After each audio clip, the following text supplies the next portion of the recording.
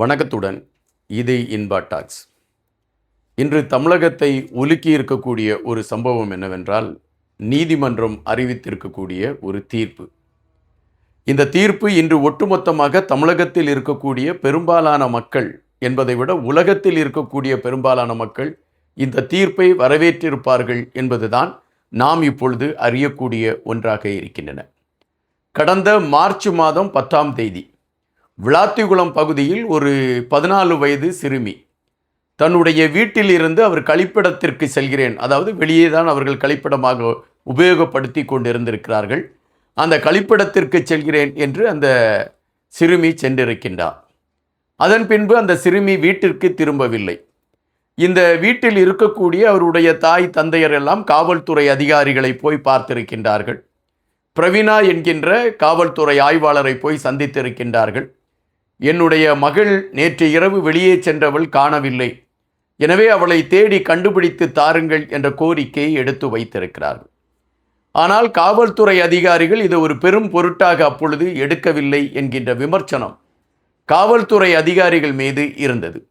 அவர்களை பொறுத்த மட்டில் இந்த தாய் தந்தையிடம் அவர்கள் குறிப்பிட்டது, உன்னுடைய மகள் யாரையாவது காதலித்து விட்டு ஓடி இருக்கக்கூடும், எனவே பொறுத்திருங்கள், ஒரு 2 நாட்கள் பொறுத்திருங்கள், அதன் பின்பு பார்த்து கொள்ளலாம் என்று காவல்துறை அதிகாரிகள் அதாவது புகார் கொடுக்க சென்றவர்களை வெறும் கையோடு திருப்பி அனுப்பிவிட்டார்கள். மார்ச் 13ஆம் தேதி ஒரு செய்தி வருகின்றது. அந்த செய்தி என்னவென்றால், ஒரு குறிப்பிட்ட இடத்தில் அதாவது ஒரு உடல் கிடைக்கிறது என்ற ஒரு செய்தி வருகிறது.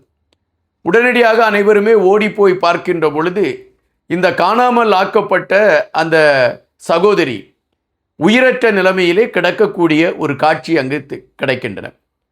உடனடியாக காவல்துறை மற்றும் பலருக்கு இந்த செய்தி போகின்றன. காவல்துறை விசாரணையை முடுக்கி விடுகிறது. விசாரணையை முடுக்கி விடுகின்ற பொழுது காவல்துறைக்கு பெரிய சிக்கலாக இது அமைகின்றது. எனவே அந்த பகுதியில் இருக்கக்கூடிய 98 சிசிடிவி கேமராக்களை காவல்துறை அதிகாரிகள் ஆய்வு செய்கிறார்கள். அப்படி ஆய்வு செய்கின்ற பொழுது சந்தேகத்தின் இடமாக 2 அந்த பகுதியில் நடமாடியதாக அவர்களுக்கு தெரிகிறது. ஆயினும் அதை வைத்து நாம் ஒரு முடிவு செய்ய முடியாது என்று 2574 கைபேசிகள், அந்த இடத்தில் உபயோகப்படுத்தப்பட்ட கைபேசிகள் 2574 கைபேசிகள் சோதனை செய்யப்படுகின்றன. இந்த 2574 கைபேசிகளும் சோதனை செய்யப்படுகின்ற அதே வேளையில் காவல்துறை அதிகாரிகள் அதிரடியான இன்னொரு தேடலை எடுக்கின்றார்கள். அது அந்த பகுதியில் குற்றம் செய்து சிறை தண்டனை பெற்றவர்கள் அல்லது காவல்துறையால் தேடப்படுகின்ற என்ற பட்டியலில் எடுத்து சுமார் 461 பேரை விசாரணைக்கு உட்படுத்துகிறார்கள். விசாரணைக்கு உட்படுத்தி விசாரணை நடைபெற்று கொண்டிருக்கக்கூடிய சூழலில் இந்த சிசிடிவி கேமராவில் அவர்களுக்கு ஒரு காட்சி தென்படுகின்றது. அது முன்னாள் குற்றவாளி ஒருவர் அந்த பகுதியில் செல்வதாக ஒரு காட்சி அவர்களுக்கு தென்படுகிறது. எனவே ஆதாரங்களை எப்படி திரட்டுவது என்று காவல்துறை யோசிக்கக்கூடிய அந்த நேரத்தில் அறிவுபூர்வமான ஆதாரங்களை கையில் எடுத்துக்கொண்டு காவல்துறை நகர்வதற்கான ஒரு களத்தை எடுக்கிறது. அப்படி காவல்துறை அறிவுபூர்வமான ஒரு தேடலோடு பயணிக்கின்ற பொழுதுதான் தர்ம முனீஸ்வரன் என்ற அந்த முன்னாள் குற்றவாளி விசாரணைக்கு எடுக்கப்படுகிறார். விசாரணைக்கு எடுக்கப்படுகின்ற பொழுதுதான் அவரிடம் கடுமையான விசாரணைகள் மேற்கொள்ளப்படுகிறது. அந்த விசாரணையின் அடிப்படையில் தர்ம முனீஸ்வரன் தான் இந்த 14 வயது சிறுமியை சீரழித்து கொன்றான் என்கின்ற விடயம் உறுதிப்படுத்தப்படுகிறது. எனவே போக்சோ நீதிமன்றத்தில் அவர் கொண்டு வந்து நிறுத்தப்படுகிறார். நிறுத்தப்பட்டு விசாரணைகள் மேற்கொள்ளப்படுகின்றன. காவல்துறையை பொறுத்த மட்டில் இதுபோன்ற வழக்குகளில் அவர்கள் ஆதாரங்களை தேடுவதற்கு பல காலங்கள் எடுப்பதற்கான ஒரு களம் அமையும். ஆனால் இந்த வழக்கில் காவல்துறை மிக துரிதமாக களத்தில் செயல்பட்டது. அந்த பெண்ணை சீரழித்தது யார், கொன்றது யார் என்கின்ற ஆதாரங்களை மிக துல்லியமாக காவல்துறை தன்னுடைய திறன்பட்ட தேடலின் அடிப்படையில் அதை எடுத்து அந்த நீதிமன்றத்தில் சமர்ப்பித்தார்கள். வழக்கு நடைபெற்றது. நேரடி சாட்சிகள் விசாரிக்கப்பட்டார்கள். குற்றவாளியாக இருக்கக்கூடியவருடைய அந்த தர்ம முனீஸ்வரனையும் வாக்குமூலம் பெறப்பட்டது. இதன் அடிப்படையில் விசாரணைகள் மேற்கொள்ளப்பட்டன. இந்த தீர்ப்பு வெளியிடப்படும் என்கின்ற செய்தி 2 நாட்களாக பரபரப்பாக பேசப்பட்டன. இந்த சூழலில் இந்த தீர்ப்பு இப்பொழுது வெளியிடப்பட்டிருக்கிறது. அந்த தர்ம முனீஸ்வரனை நீதிமன்றத்திற்கு அழைத்து வந்து தீர்ப்பு வழங்குவதற்கு முன்பாக நீதிபதி இந்த தீர்ப்பை மையப்படுத்தி நீங்கள் ஏதாவது சொல்ல விரும்புகிறீர்களா என்று கேட்கின்ற பொழுது அமைதியாகவே தர்ம முனீஸ்வரன் நின்றிருக்கின்றார். அதன் பின்பு உங்களுக்கு குடிப்பதற்கு ஏதாவது தண்ணீர் வேண்டுமா என்று நீதிபதி கேட்டிருக்கிறார். அப்பொழுதும் அவர் அமைதியாகவே இருந்திருக்கின்றார். அதன் பின்பு நீதிபதி அந்த தீர்ப்பை வாசித்திருக்கின்றார்.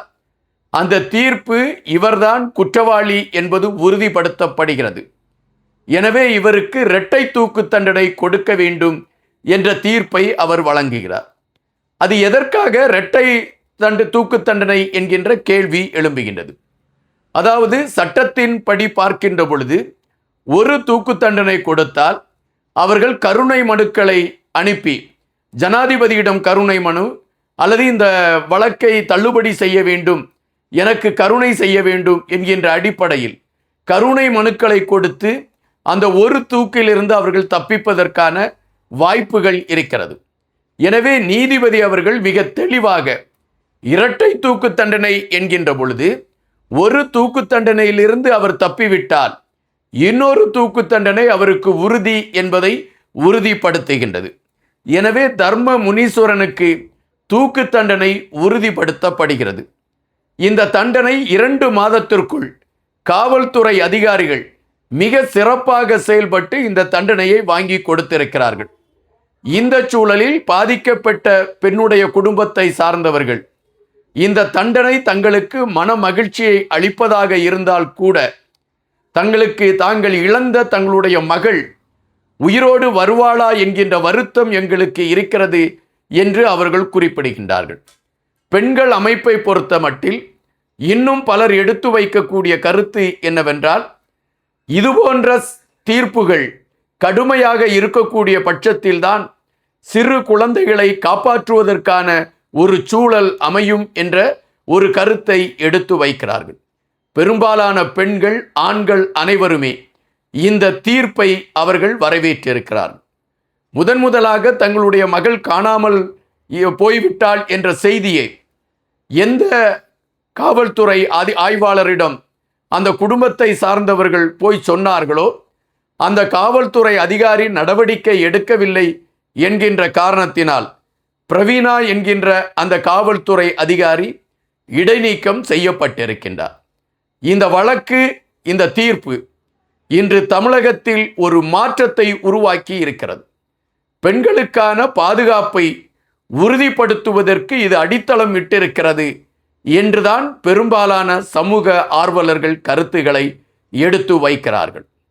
அந்த இறந்து போன அந்த சகோதரியுடைய அழுகுரல் அல்லது அந்த சகோதரி மீண்டும் இந்த மண்ணுக்கு வருவாளா என்கின்ற ஏக்கம், இவைகள் மனதிற்குள் இருக்கக்கூடிய அதே வேளையில் அந்த சகோதரிக்கு நடந்த கொடூரத்திற்கு ஒரு நீதி கிடைத்திருக்கிறது என்பதுதான் நாம் இப்பொழுது எடுத்து வைக்க வேண்டிய கருத்தாக இருக்கின்றன. நன்றியுடன் இன்பா.